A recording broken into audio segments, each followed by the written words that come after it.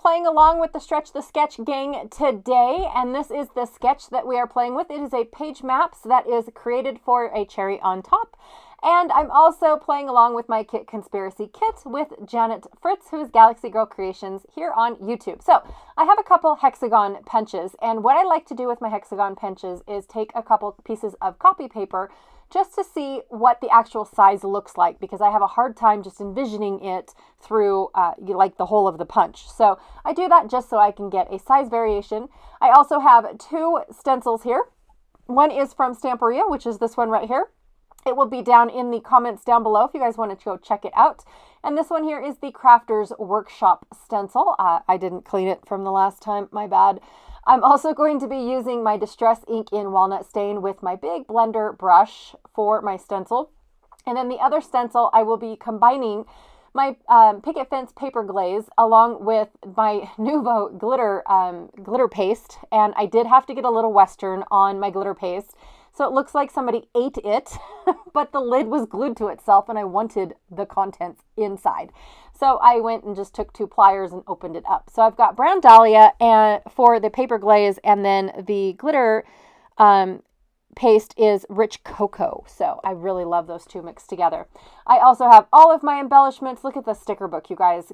Am I going to make a dent in it at least? Probably not, because I only have one more. Well, no, today is the last day to use this collection. So I'm going to try to make a dent. I really, really am. I also have my leaf trays that have my large embellishments inside, and then I've got a medium tray and a small tray. I just like to keep, when I have this many embellishments, I do like to keep them separated and whatnot.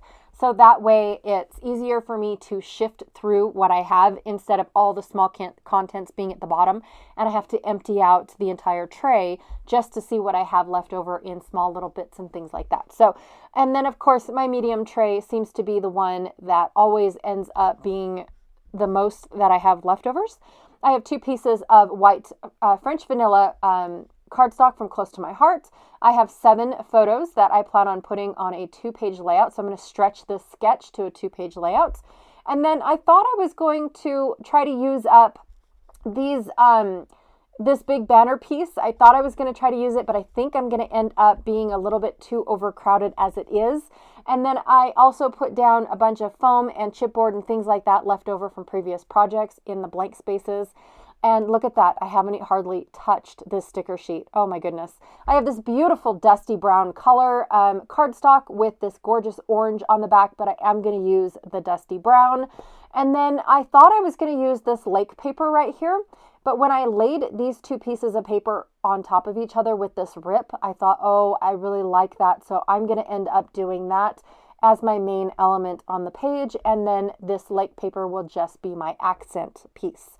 Now, I did not realize that this beautiful blue was on the other side, but I do plan on using the lake because that is what my photos are about, is Mono Lake. So I am going to go ahead and go now to cut down my photos. So I'm going to trim my photos down and mat them with this brown cardstock-ish photo mat. And then I will come back shortly to use the stencils on my 2 white pieces of French vanilla cardstock. So that is what I'm going to be doing. Like I said, both the stencils, if I can find them, the descriptions are down below, so that way you can pick them up if you choose to. Also, too, there is their affiliate link. So if you click on them, then I get a small commission should you choose to purchase them.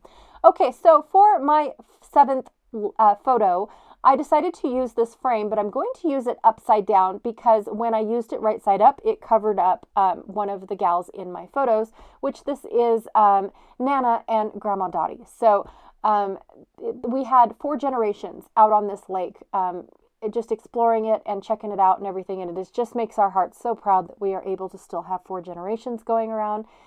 It is just so nice and so lovely, and of course I took a picture of my ladies checking out the beautiful scenery and all the gorgeousness all along this path that we can walk out to get to the lake. So you just follow the dock down to the end, and then you're close to, but not exactly on the lake per se. And so once I am done putting my photo mats down and putting them into this frame and whatnot, I'm going to chop off this one little bit. I thought it was weird having those two doilies on either side anyways. So either way, one of them was going to get chopped off, which was the one that I did chop off. And just go ahead and lay out my photo mats. I'm also going to lay out my actual pieces that I plan on putting for the layout, because I need to know where not to apply my mixed media is basically what I'm going to do. This paper is too stark. I can't say white, too stark off-white for me to just slap papers and photos on. It just looks blank, which it is. That's the whole point of it being, two blank pieces of cardstock. But it's to me, it's just too much. It's not. It's just not. It's not enough. And so that's why I end up doing the whole mixed media thing. So I'm going to go ahead and put my pieces together, this collage paper with the green paper. I did end up using a lot less than I expected. I thought I was going to use paper at the top and at the bottom, and then I realized that it doesn't really go with the sketch. There's only one strip of paper up at the top, and then of course the two photos going down. Well, I'm taking my photos and just extending that, stretching that sketch across, and then you don't see as much of it, because instead of just having the two horizontal photos, I added a vertical photo over onto the right where it says title and all of those hexagons over there. So in my brain, this is what the sketch looks like. It's just I added a ton more photos rather than all that blank space for just two little photos. So that's just my brain. And then, of course, I'm going to trace all of my photos and my paper, so that way I know exactly where-ish to put my mixed media and make sure that I cover up all the spots. And then I forgot about the gap above and below my photos, because that frame was just not as wide as a 4-inch photo.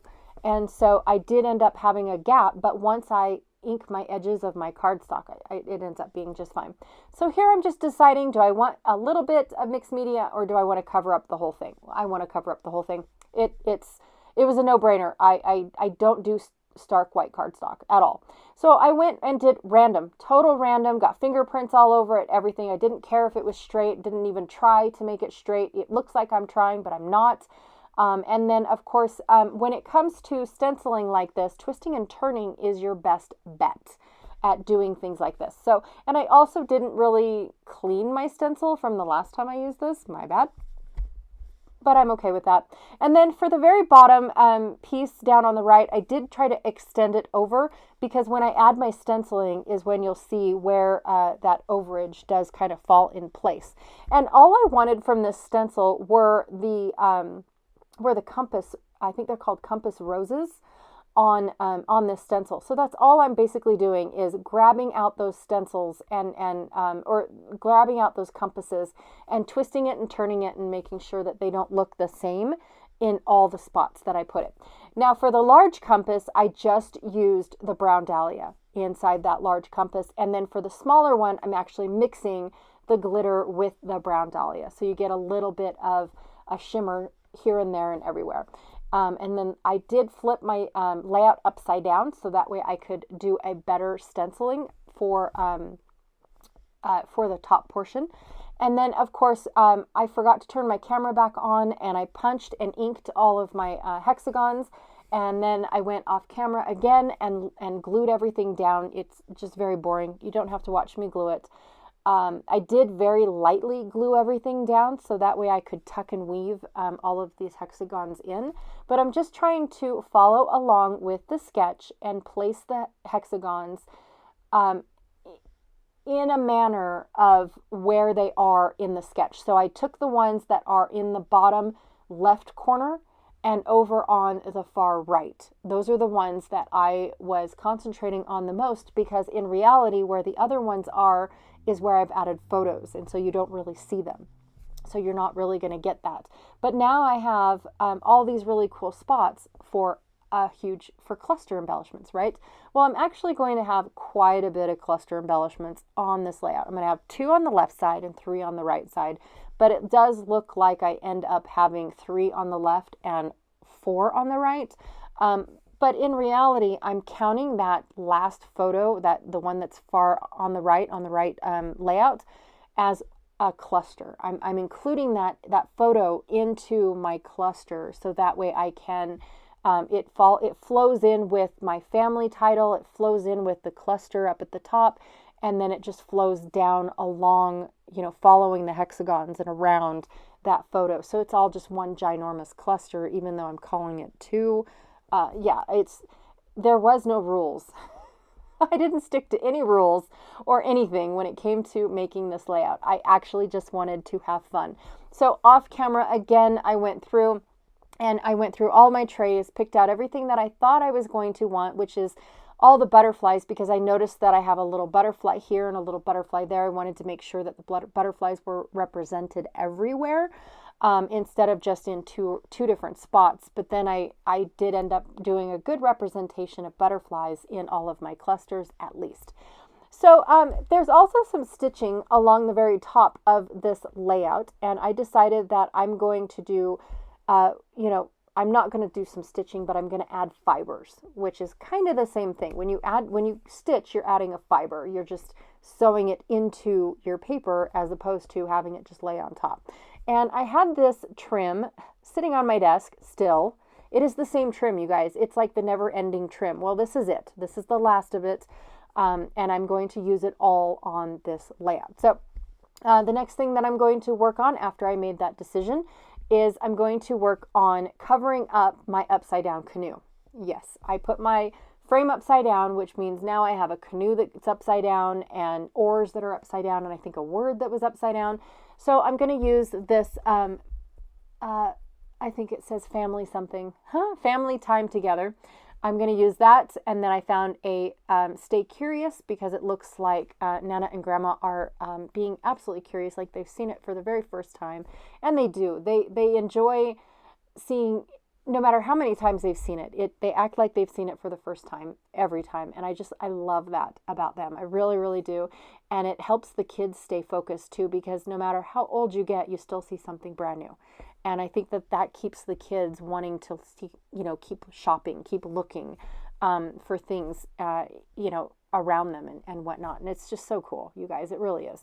Also, too, I'm creating a rather large border cluster down at the bottom of my photos on the left page, and I bounce back and forth. I'm over here, I'm over there, I'm now over here, I'm going here, because what I'm doing is I'm placing all of my large elements first. So everything that had a green leaf and that was already cluster based, which means it was a pre-printed cluster, that's what I just put on my layout, and I made sure that that's where they were all going, and everywhere that I wanted an embellishment got one of those. And now I'm placing all of my word stickers. Now I'm making sure that I picked out 3 curious words, I picked out 3 wander words, 3 explore words, 2 fresh airs, because that's all I had, and then something else. And I wanted to make sure that they all got represented somewhere else, instead of all 3 says the same word, explore over here, stay curious over here, although that would have looked good too, in all honesty. Now up at the top, by happenstance, I've got one that says unfiltered. It's a pre-printed cluster. It's got some fern leaves, a compass, and then the word unfiltered. And then I put it above the one that says fresh air, and now I said on the dock. So I just put another little sticker. So it reads as a sentence. It reads unfiltered fresh air on the dock.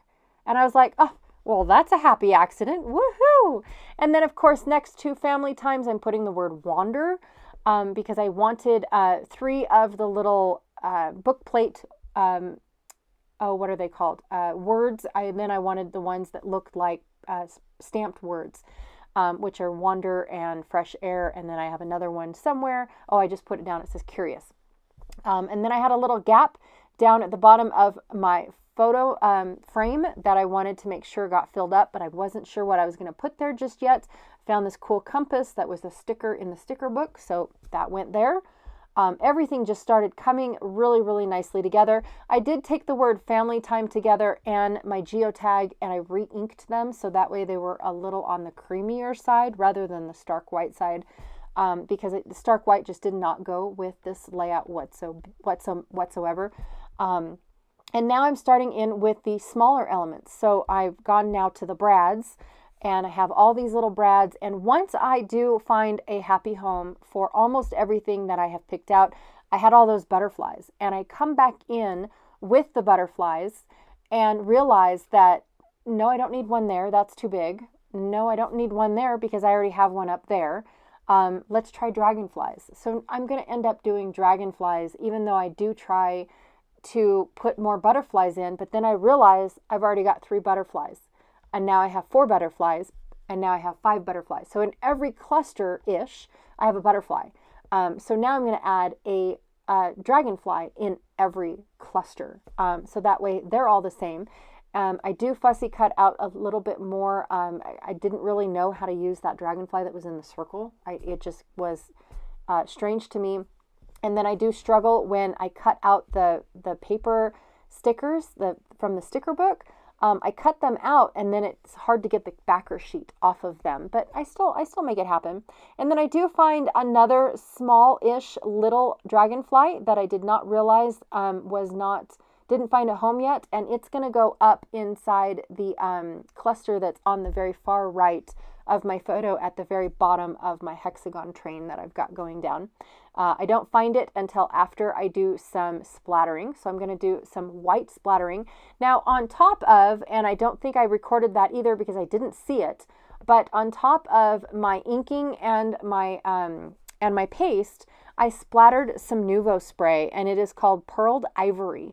And that's the spray that you guys see right now that's all shiny and shimmery. And then I'm going to add this white spray on top of it. Now, I did say that I didn't want it to be stark white, but in all honesty, when I do it like this, it's not as stark white as I imagine it.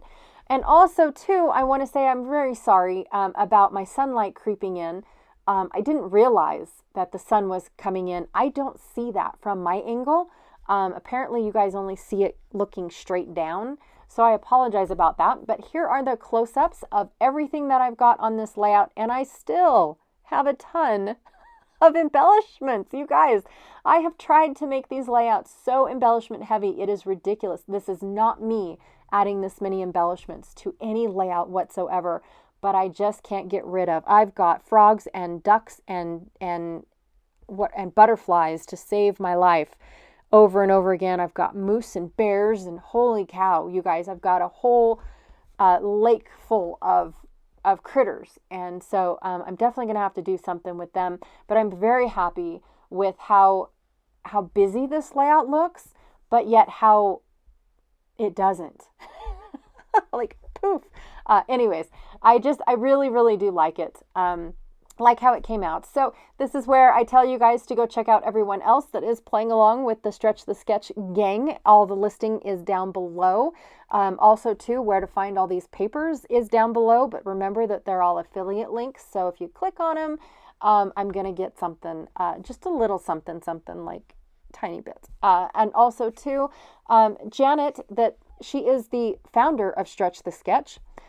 So she'll definitely be playing along, and I'm pretty sure she's got a layout that using the Kit Conspiracy Kit. So yes, thank you Page Maps for letting us use your layout for today, and I will check you guys all later. Bye.